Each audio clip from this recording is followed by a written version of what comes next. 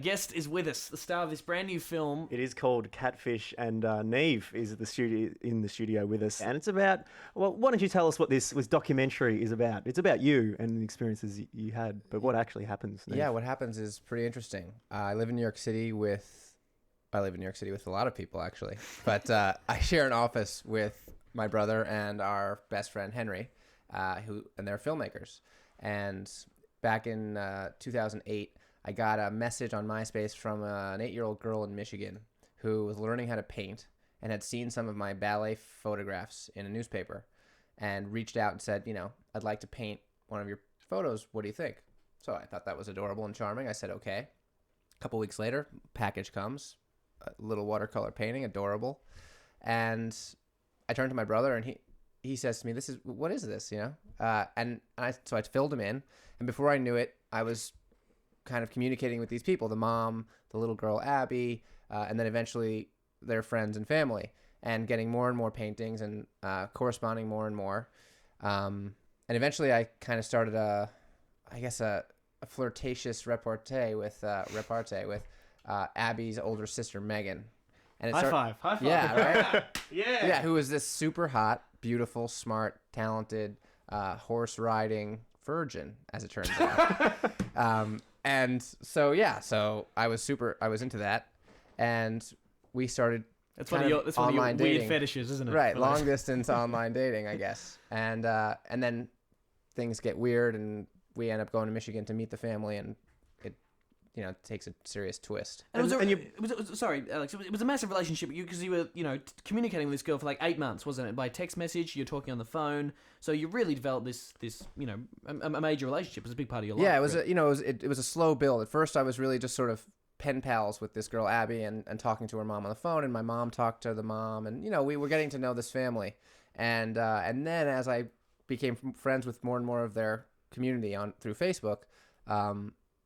I started communicating with them more, and eventually my relationship with Megan, the older sister, became romantic. And at that point, for a few months, we were talking like every day on the phone, texting throughout the day, emailing, of course, and whatnot. Yeah. And it was pretty intense. I never thought I would end up, kind of getting involved in an online relationship. And your brother a filmmaker, started filming you, Nev, and this family you kind of met over Facebook and became quite close with. You ended up with a bit of a romantic thing going on with. High five again.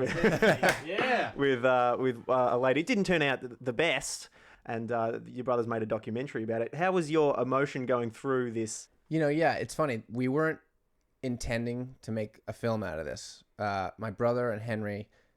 We always carry our little digital HD pocket point and shoot cameras, just once you get it at any store, Radio Shack, and we film everything. If it's interesting or funny or weird, we film it. And most of that footage is boring, and we never watch it, and it just sits on a hard drive. But occasionally something happens, or you catch the beginning and the middle and the end of something, and you make a little short film out of it. So I think at first we just thought this would be a little short film or nothing even. We never had any idea it was going to turn into something of such great scale. And now you're in Australia. Well, right. Hanging out with some famous celebs. Talking to top. Hugo Weaving, you said last night. Oh, yeah, that's right. Yeah, last night at the cinema. Right. After our screening let out, I was standing around, and I actually didn't realize who it was, but someone mentioned to me, like, oh, that's Hugo Weaving. And he was waiting for his wife to come out of the bathroom, and he happened to be standing in front of two of the Catfish posters in the windows. And so I just sort of walked over and I said, hey, you heard anything about this movie, Catfish? But he wasn't at the cinema for that at all. Well, no, I had no idea. Yeah. And he said, oh, not really.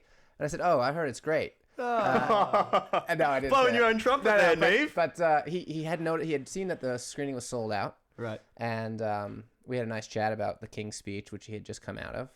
And we're going to put him in our next film. Right, great. So when he sees the film, he's going to be like, that's the guy who No, asked me. I told him. I said, I see. Because Nev, is your Facebook account, you put a few little falsities, like I like cooking, you used to have on there to pick up a few girls. Yeah, maybe. I mean, look, Facebook has the potential to make you into, the perfect person or the person you'd like to be. All you have to do is add a little like or a interest, or books that you've read or movies that you like. Like something you don't necessarily like to look right, cool potentially. and So, stuff, yeah. I mean, I am guilty that I've definitely looked at a girl's profile who I liked And then before I friended her, I've added maybe 1 or 2 things to my profile. Now, there's also a bit of chat, Neve, about this film not actually being real. It's people talking about it as if it's a fake documentary, including Morgan Spurlock, the maker of Super Size Me from a couple of years back. He saw it at Sundance and said it's the best fake documentary I've ever seen.